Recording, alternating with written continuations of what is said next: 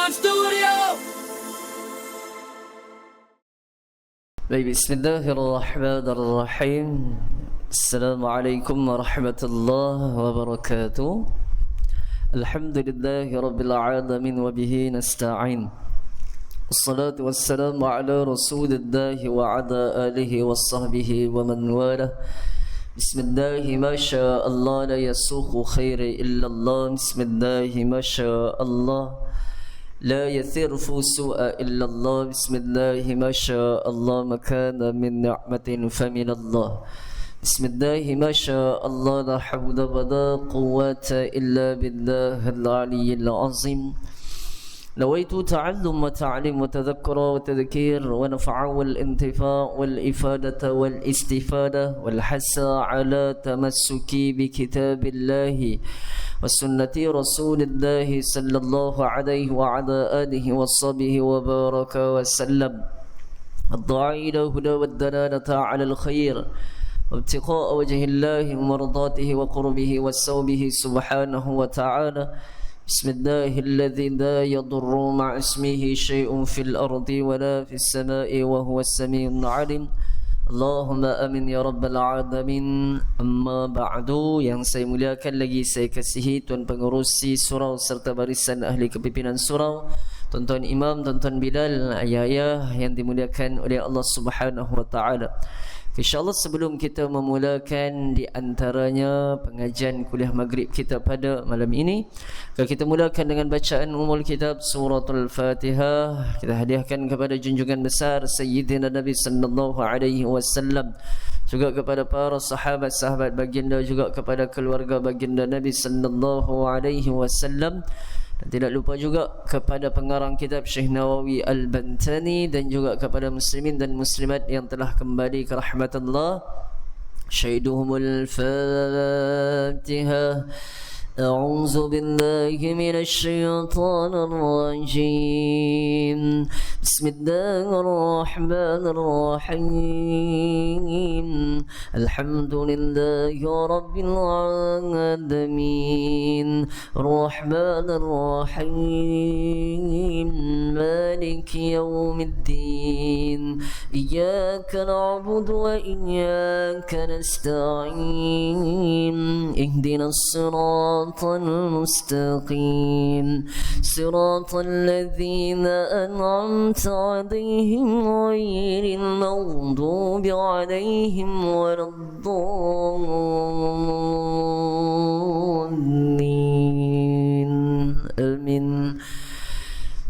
صلى الله ربنا على النور المبين أحمد المصطفى سيد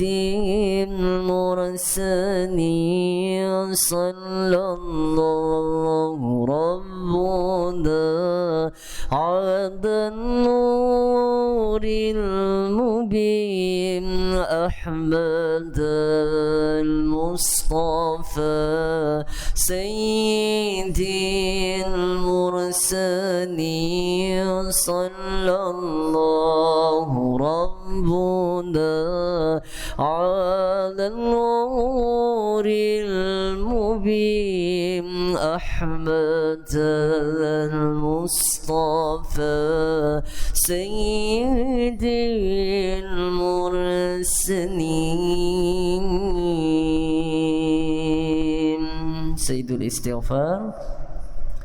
اللهم أنت ربي لا إله إلا أنت.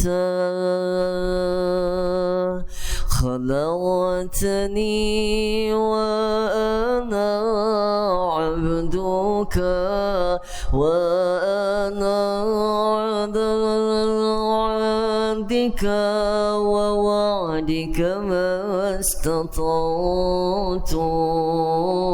أعوذ بك من شر ما صنعت. أبوء لك بنعمتك ردي وأبوء بذنبي فاغفر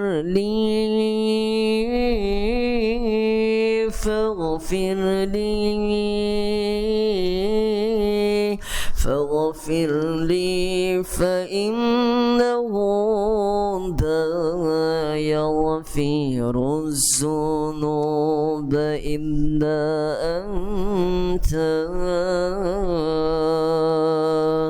Ya Allah, Engkau Tuhanku, tiada Tuhan selain Engkau.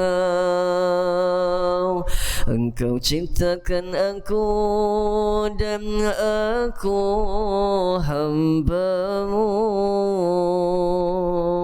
dan aku berada dalam janji-Mu menurut kemampuanku.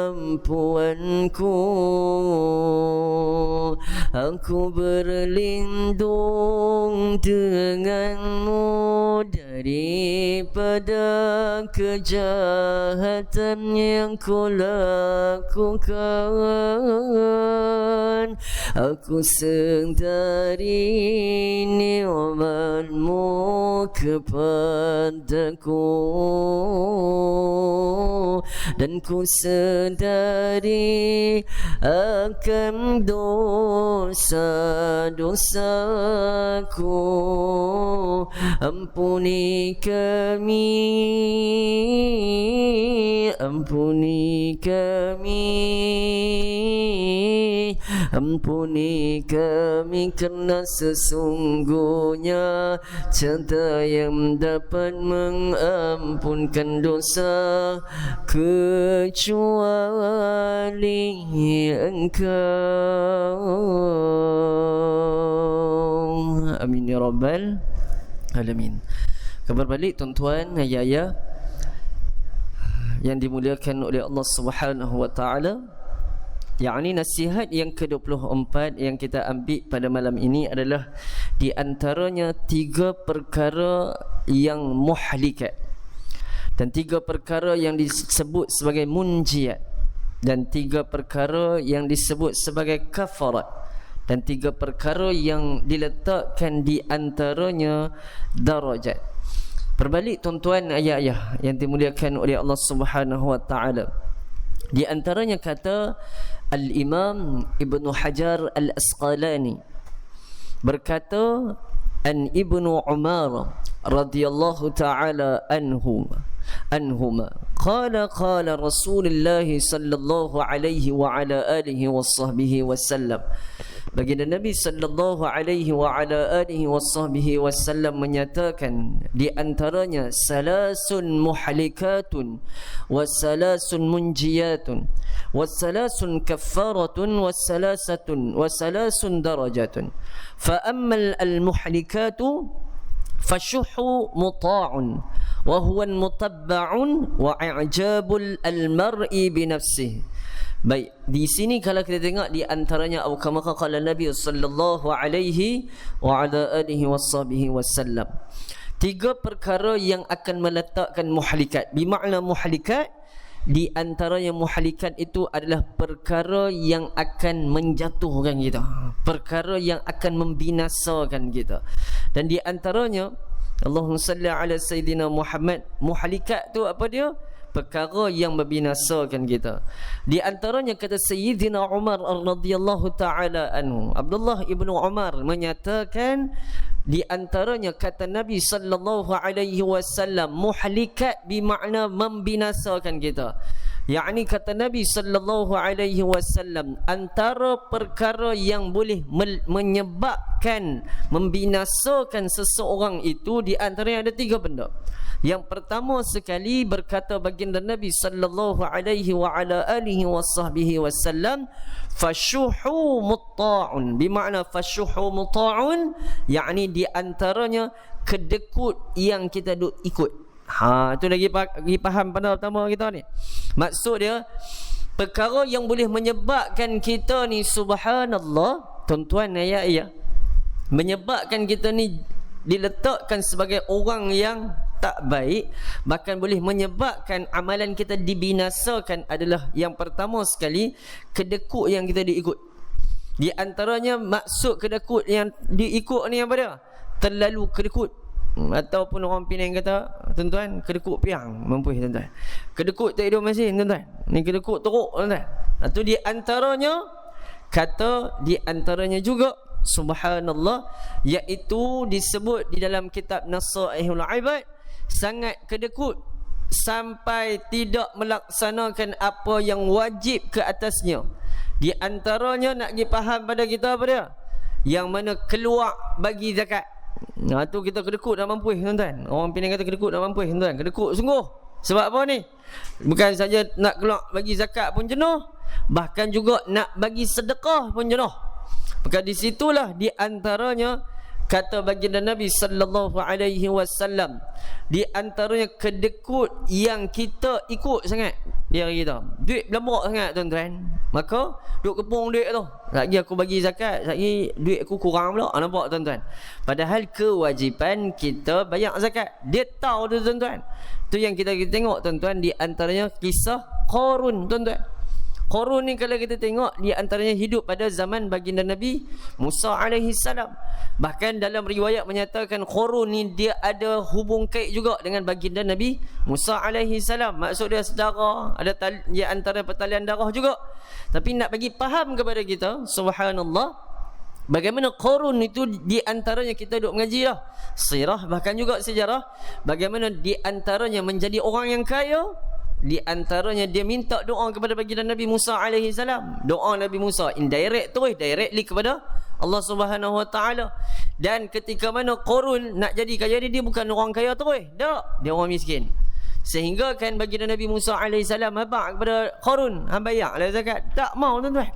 Sebab apa? Di atas kekayaan tersebut. Maka di situlah Allah meletakkan di antaranya kebinasaan kepada Qarun. That's why kalau kita tengok dekat sini Nabi SAW kata perkara yang di antaranya disebut sebagai apa? Muhlikat, bermakna muhlikat, perkara yang membinasakan kita. Apa yang menyebabkan kita binasa? Sebab perangai kita kedekut nak mampu. Nampak tuan-tuan? Kedekut sungguh tuan-tuan. Nampak orang tak mau bagi duit, tuan-tuan, nampak? Sedangkan duit yang duduk dalam poket kita tu bukan adalah duit kita, adalah semuanya daripada rezeki Allah Subhanahu wa taala. Hak tu kita kena pegang tuan-tuan. Dan di antaranya juga tuan-tuan, ayah-ayah yang saya muliakan oleh Allah Subhanahu wa taala, adapun kalau kita tengok pengarang kita kata apa? Kedekut yang ada dalam diri seseorang yang tidak dituruti. Tadi kedekut yang kita turut, ni tak turut. Di antaranya tidak menjadi sesuatu yang membinasakan, kerana ia termasuk apa? Sifat yang sudah lazim dalam diri kita. Contoh tuan-tuan, kita ni duk makan dengan member, kita tak belanja member. Itu biasalah tuan-tuan. Tu kedekut, bukan nak pergi faham kedekut yang seseorang yang tidak dituruti. Sebab apa tak mau belanja member? Sebab kita nak simpan duit Syed. Nampak dia tuan-tuan? Hak tu kena pergi faham. Sampai kan subhanallah kita duk tengok dia ni kedekut nak mampu, nak belanja pun tak mau. Contoh tuan-tuan, rupa-rupanya dia simpan duit sebab dia nak pergi mengerjakan umrah. Contoh tuan-tuan, ada perangai macam tu. Dia tak mau belanja kawan dia sebab apa? Sebab dia tahu kawan dia tu boleh, dia ada duit sendiri dan dia boleh belanja, boleh, orang cakap boleh bayar sendiri tuan-tuan. Itu di antaranya. Di antaranya juga orang ni juga di antara kalau pergi masjid dia sedekah tak? Sedekah. Cuma waktu kedai makan dia tak belanja. Sebab apa? Dia tahu member dia boleh bayar makan tu. Nampak tuan-tuan? Tu kaedah. Tu disebut sebagai kedekut yang tidak dituruti. Tapi kalau jumpa member tuan-tuan jenis mangkak ubi tuan-tuan, duk hari-hari kita kena belanja tuan-tuan, tu mau kena punggai tuan-tuan. Jenuh lah tuan-tuan, tiap-tiap hari pergi makan duk kena belanja. Hari duk makan duk belanja. Dia buat senyap tuan-tuan. Dia buat senyap usia tuan-tuan. Ada perangai member macam tu tuan-tuan. Maka kalau jumpa member macam ni tuan-tuan, tak payah pergi makan dengan dia. Fahamlah tuan-tuan. Tu di antaranya subhanallah. Tuan-tuan, ayah-ayah yang dimuliakan oleh Allah SWT, hak tu disebut sebagai apa? Muhlikat, kedekut yang tak boleh, yang kita cakap apa? Yang duk ikut teruk ni, duk ikut menurut ya. Bahkan tuan-tuan kita balik, di antaranya keburukan siapa yang ada sifat kedekut. Apa dia keburukan dia apa? Wa qala Abu Bakri As-Siddiq. Sayyidina Abu Bakar As-Siddiq ada nyatakan, al-baqilul la yaqlu min ihda sab'i. Kata Sayyidina Abu Bakar As-Siddiq, orang yang kedekut ni tidak akan terlepas daripada salah satu daripada 7 perkara. Ni kata Sayyidina Abu Bakar As-Siddiq. Hak yang pertama, kata Sayyidina Abu Bakar As-Siddiq radhiyallahu ta'ala anhu, di antaranya apa? Imma an yamuta fayarithuhu man yabzulu malahu wa yunfiquhu liqairi ma amara Allah ta'ala. Hak pertama lagi tuan-tuan, kalau kita ni ada sifat kedekut, maka keluarkan sifat kedekut ni dalam diri kita tuan-tuan. Di antaranya apa? Hak yang pertama-tama sekali, orang kedekut ni dia akan meninggal lalu akan mewarisi daripadanya adalah orang yang akan habiskan hartanya dan memelanjakan untuk perkara selain yang di antaranya Allah Ta'ala perintahkan. Dapat tuan-tuan? Maksud dia, kalau kita ni ada sifat kedekut, waris kita ni akan belanjakan harta kita ni bukan untuk kita nanti mati tuan-tuan. Bahkan dia buat untuk diri dia sendiri, bahkan untuk kemaksiatan, bahkan juga dengan apa? Kejahatan. Wal'ayazu billahi min dzalik. Ini tuan-tuan kena ingat bab ni. Sebab yang paling kita risau bila kita kedekut, kita duk pegang harta kita ni tuan-tuan, kita duk rasa duit kita ni di antara banyak, tapi duit yang kita kumpul inilah yang akan membinasakan kita. Di antaranya akan membinasakan kita, yang pertama kata Sayyidina Abu Bakar As-Siddiq, di antara waktu kita meninggal, harta kita ni akan diwarisi oleh saudara kita, anak beranak kita, tapi tak digunakan untuk kepada apa? Jalan Allah Subhanahu wa ta'ala. Wal'ayazu billahi min dzalik. Ni kita risau. Tu kalau tuan-tuan ingat, bila seseorang itu mati, bila ada duit ni tuan-tuan, anak beranak ni tuan-tuan, guna duit buat apa tuan-tuan? Buat majlis tahlil, betul tak betul? 3 hari tuan-tuan. Buat apa? Yang set-set salafi ni kata apa? Bid'ah depa tuan-tuan.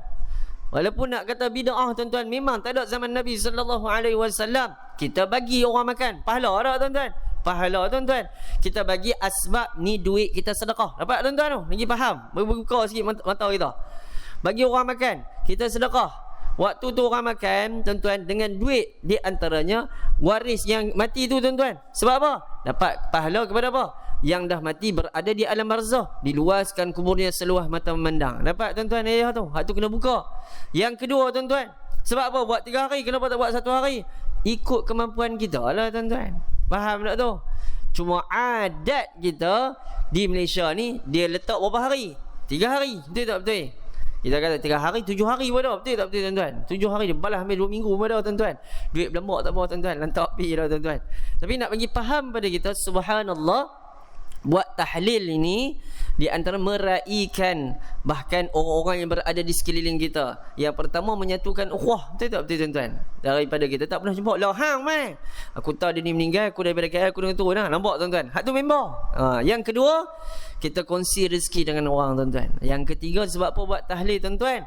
Tuan-tuan, tak lain tak bukan mengagungkan di antaranya kekuasaan Allah. Betul tak betul tuan-tuan? Afdalun zikri fa'alamu annahu la ilaha illallah.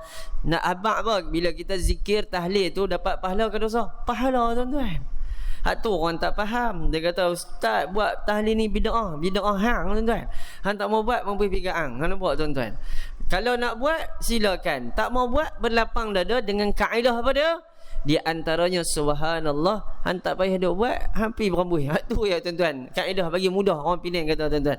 Tapi nak bagi faham kepada kita, di antaranya kaedah ketika mana kita mati ni tuan-tuan, anak-anak kita buat apa? Pakai duit tu untuk buat apa tuan-tuan? Contoh, kita tak pernah pergi buat haji. Betul tak betul ayah? Kita buat apa? Badal haji. Nampak tak tuan-tuan? Duit yang kita duk simpan tu, pak tak biasa buat haji. Apa kata kita guna duit pak ni, kita buat badal haji. Badal haji sekarang berapa tuan-tuan? 3,000 lebih ataupun 5,000 lebih. Betul tak betul? Dan bila kita pakai ni tuan-tuan, mudah-mudahan Allah bagi di antara duduk di alam barzah ni tuan-tuan, satu perkara yang baik ketika mana kita duduk di alam barzah. Sebab kita tak tahu tuan-tuan, life dekat alam barzah ni macam mana. Tapi asbab daripada kebaikan anak-anak yang kita tinggal waktu mana kita hidup ni, dia guna kebaikan tersebut untuk diri kita. Nampak ni tuan-tuan? Hak tu kata duit yang ada ni, cerita dia tuan-tuan, kita sedekah mudah-mudahan anak beranak kita nampak pak ni selalu hari Jumaat duduk sedekah kat masjid ni. Nampak tuan-tuan? Buat makan selalu sedekah masjid ni. Apa kata kita guna duit ni untuk buat apa? Kita buat macam pak kita buat. Nampak tuan-tuan? Tu kaedah dia. Cuma kita bila kita tak tunjuk kebaikan, bukan kita nak menunjuk tuan-tuan, tapi nak meletakkan nilai keharmonian, keberkatan yang rezeki Allah Ta'ala bagi tu, supaya apa? Anak beranak kita boleh ikut perangai kita. Amin ya rabbal alamin. Nampak ni tuan-tuan? Supaya kita tak mau duduk di antaranya kata Nabi sallallahu alaihi wasallam yang disebut sebagai apa tuan-tuan? Muhlikat. Perkara yang boleh menyebabkan seseorang itu binasa.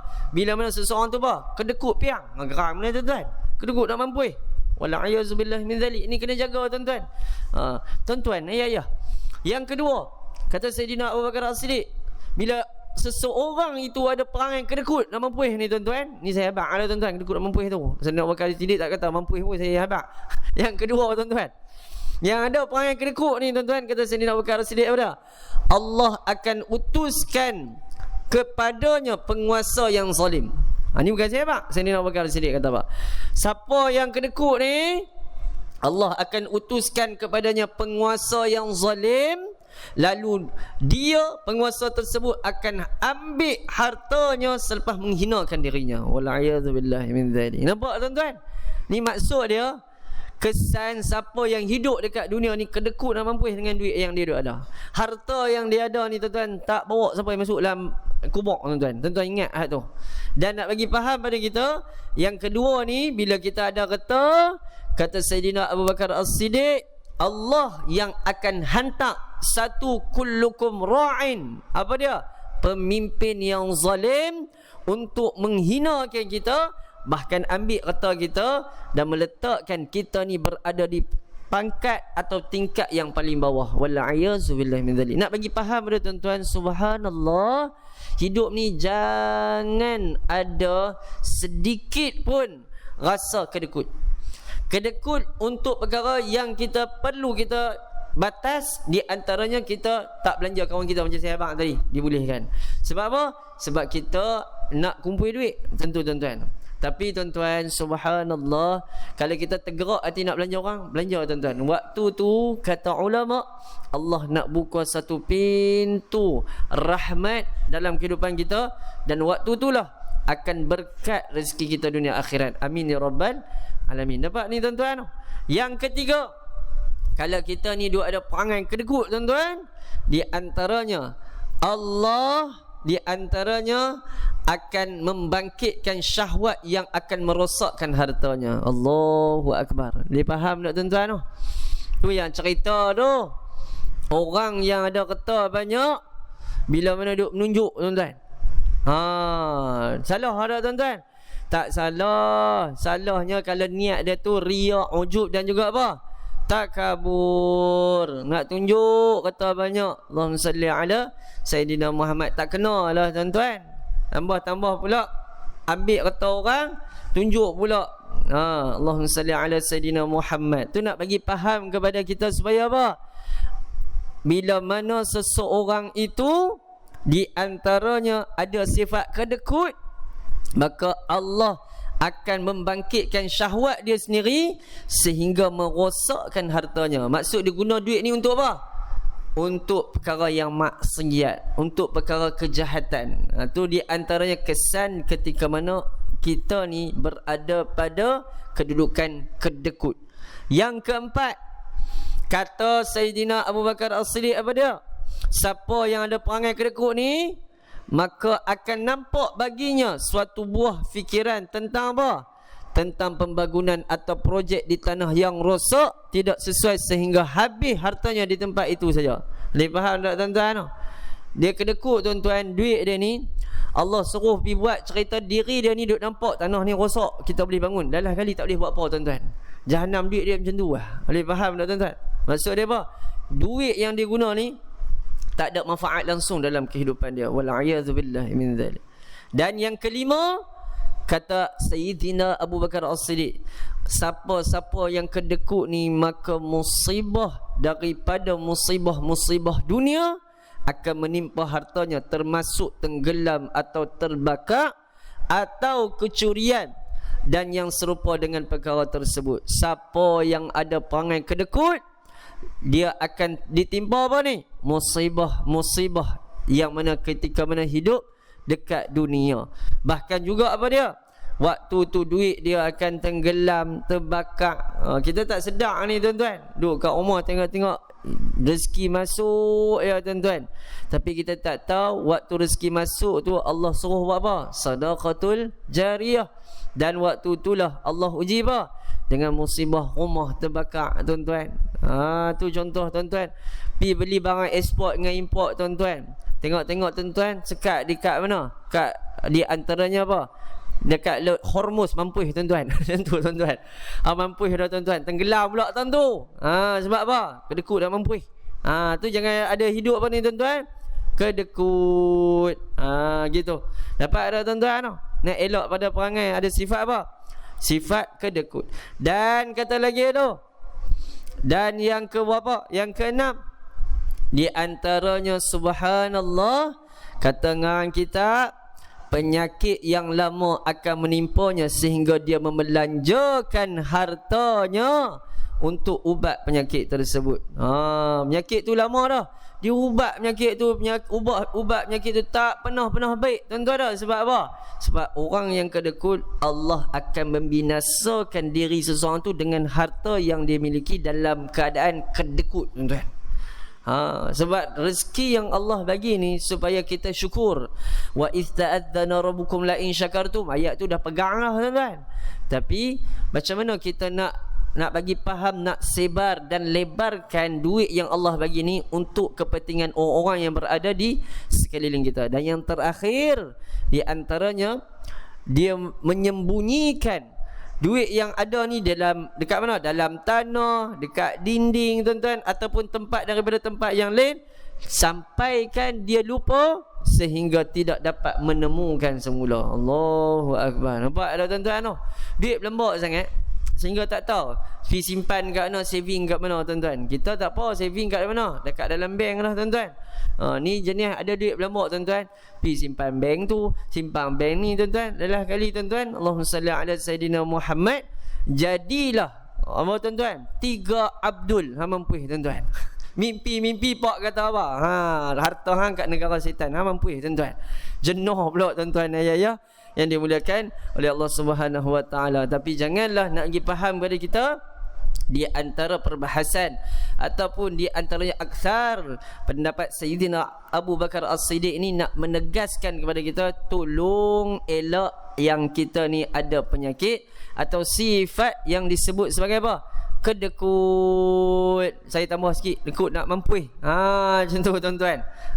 Kedekut dia ada dua, kedekut yang dituruti ataupun tidak dituruti. Tidak dituruti dimaafkan, tapi kalau kedekut yang dituruti, dah tahu perkara tu wajib untuk kita lunaskan, untuk kita bayar. Tapi kalau kita tak lunaskan dan kita tak bayar, maka di situlah akan jatuhnya kepada di antaranya keburukan bila mana kita ada sifat kedekut. Begitu juga bila kita ada hutang. Kedekut tuan-tuan, nak bayar hutang, duit berlambak tuan-tuan, maka di situlah akan menghadapi perkara-perkara yang paling kita risau, kemurkaan Allah Subhanahu wa taala. Tuan-tuan, ayah-ayah yang saya muliakan oleh Allah Subhanahu wa taala, berbalik kalau kita tengok kat sini, apa dia kata dengan kita tu? Yang kedua, adapun perkara yang disebut sebagai muhlikat, di antaranya perkara yang boleh membinasakan kita, hawa nafsu yang diikuti. Maksud hawa nafsu tu datang apa tu? Yang diikuti tu apa dia? Di antara kata ngarang kita, mengikut apa sahaja yang diperintahkan oleh hawa nafsunya. Maka kat sini kena faham apa dia? Bila kita ikut telunjuk hawa nafsu, maka di situlah akan berada dalam keadaan yang paling kita risau. Ketika itulah kita dah mengaji dah. Nafsu tu ada berapa? Nafsu lawamah, nafsu amarah, nafsu yang disebut juga di antaranya nafsu yang disebut sebagai apa? Nafsu yang tenang. Ada juga tuan-tuan tu. Tu yang berbalik, tuan-tuan yang dimuliakan oleh Allah Subhanahu wa taala. Di antara keburukan yang ada pada diri seseorang ketika mana dia ikut hawa nafsu yang diikuti. Yang ketiga, disebut sebagai muhlikat, kebinasaan pada diri seseorang. Apa dia? Seseorang yang berasa takjub dengan diri dia sendiri. Rasa kemah ni tuan-tuan, rasa belagak sangat dengan apa yang dia buat, apa yang dia persembahkan kepada orang. Gitu nak pergi faham pada kita. Di antaranya iaitu dia melihat kesempurnaan yang dimilikinya dengan melupakan ia sebenar adalah nikmat pemberian daripada Allah Ta'ala, dan dia tidak takut nikmat tersebut hilang. Maka di sinilah tuan-tuan disebut sebagai perkara yang boleh menyebabkan muhlikat, kebinasaan. Yang mana yang pertama, kita jadi perangai yang kedekut. Yang kedua, ikut hawa nafsu akan membinasakan kita. Dan yang terakhir, jangan duk ada sifat takjub dengan diri sendiri, rasa bangga dengan apa yang kita ada ni tuan-tuan. Wallahu ta'ala a'lam. Yang terbaik dan baik semua datang daripada Allah. Yang tidak baik, kekurangan itu berbalik pada diri saya sendiri. InsyaAllah akhirul kalam kita tangguh dengan tasbih kafarah dan surah Al-An. Subhanakallahumma wa bihamdika asyhadu an la ilaha illa anta astaghfiruka wa atubu ilaik. A'udzu billahi samii'il 'aliim minasy syaithaanir rajiim. Bismillahirrahmanirrahim. والعصر إن الإنسان لفي خسر إلا الذين آمنوا وعملوا الصالحات وتواصوا بالحق وتواصوا بالصبر. بسم الله الرحمن الرحيم. الحمد لله رب العالمين والصلاة والسلام على رسول الله وعلى آله وصحبه أجمعين. Ya Allah, ya Tuhan kami menadah tangan kepadamu. Ampunkan segala dosa kami ya Allah. Permudahkan segala urusan kami di dunia ya Allah. Permudahkan urusan kami ya Allah ketika mana kami berada di alam barzakh nanti ya Allah. Mudahkan urusan kami ya Allah ketika mana kami berada di yaumul mahsyarmu ya Allah. Wassallallahu ala sayyidina Muhammad wa ala alihi washabihi wa baraka wa sallam. Walhamdulillahi rabbil alamin. Assalamualaikum warahmatullahi wabarakatuh.